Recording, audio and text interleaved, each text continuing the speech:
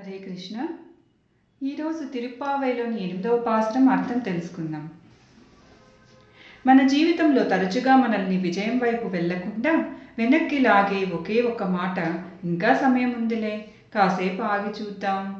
కళ్ళ ముందు బంగారు అవకాశాలు కనిపిస్తున్నా మనసులోని బద్ధకం, నిర్లక్ష్యం లేదా నేను చేయగలనా అనే భయం మన కాళ్లకు సంకెళ్ళు వేస్తాయి. సరిగ్గా ఇలాంటి స్థితిలో ఉన్న ప్రతి ఒక్కరిని తట్టి లేపడానికే గోదాదేవి అంటే మన ఆండాళ్ళ తల్లి తిరుప్పావై 8వ పాసురంలో ఒక అద్భుతమైన పిలుపునిచ్చారు. ఇది కేవలం నిద్రపోతున్న ఒక గోపికను లేవడం మాత్రమే కాదు, గెలుపు వైపు అడుగు వేయడానికి వెనకాడుతున్న మనందరినీ మేల్కొలిపే దివ్య ఔషధం.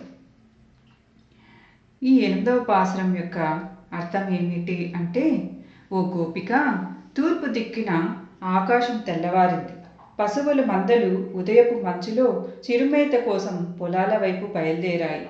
మిగిలిన గోపికలందరూ వ్రతానికి వెళ్ళాలనే ఉత్సాహంతో వెళుతుంటే నిన్ను వదిలి వెళ్ళలేక నిన్ను కూడా వెంట తీసుకెళ్ళడానికి మేమందరం నీ ఇంటి ముందుకు వచ్చి నిలిచాము. కేసి అనే రాక్షసుణ్ణి, కంసుణ్ణి, మల్లయోధులను మట్టి కురిపించిన ఆ దేవాది దేవుణ్ణి మనం వెళ్ళి సేవించుకుందాం రా. మనం వెళ్ళడమే ఆలస్యం. ఆ స్వామి మనల్ని చూడగానే అయ్యో నా భక్తులు వచ్చారా అని జాలిపడి మనల్ని కరుణిస్తాడు అని అర్థం. ఈ పాసురంలో ఆండాళ్ళ తల్లి మనల్ని పరోక్షంగా ఒక ప్రశ్న అడుగుతున్నారు. తెల్లవారింది, పక్షులు లేచాయి, ఆఖరికి గేదెలు కూడా తమ పనిలో నిమగ్నమయ్యాయి.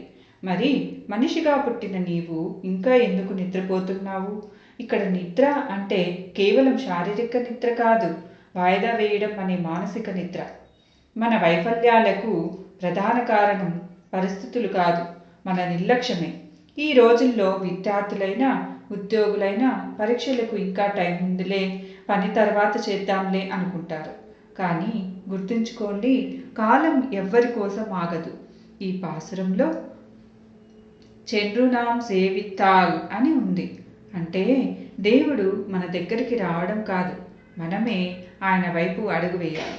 మనం ఒక్క అడుగు వేస్తే ఆయన ఆవా అని జాలిపడి 10 అడుగులు మన వైపు వేస్తాడు.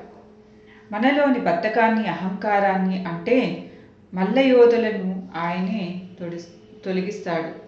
కాబట్టి మిత్రమా, నేను అర్హుడిని కాదేమో అని ఆత్మన్యూనత భావాన్ని, రేపు చూద్దాం అనే సోమర్తనాన్ని ఈ క్షణమే వదిలేయండి. ఆండాళ్ళ తల్లి చెప్పినట్టు లేవండి, మీ లక్ష్యం వైపు నడవండి.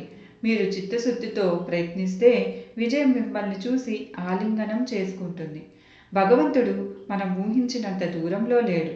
మనమే బద్ధకం అనే గోడల మధ్య ఆగిపోయాం. ఆ గోడలను బద్దలు కొట్టి బయటకు రండి. హరే కృష్ణ. శ్రీ గోదాదేవికి జై.